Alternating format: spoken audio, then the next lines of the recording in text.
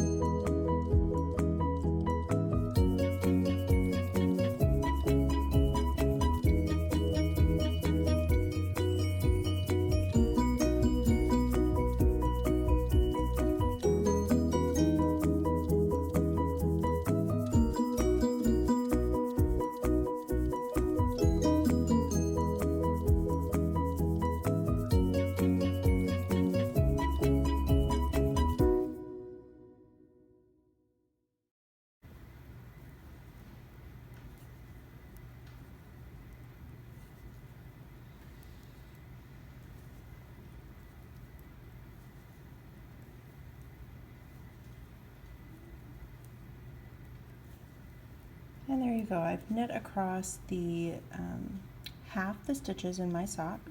Now I'm going to turn my work without working the stitches on these two needles.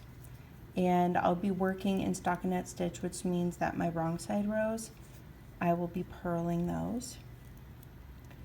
And I'm actually going to slip the first stitch of every row purlwise instead of working it. And then I will just go through and purl all the stitches along this half of the sock.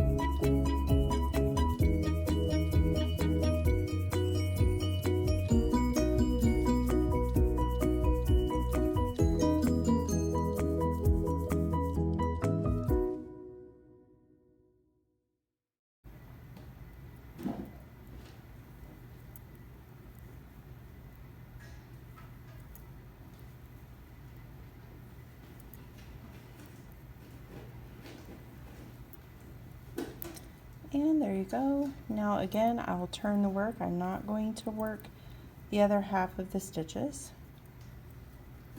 And I will get ready to knit, I will get ready to knit then.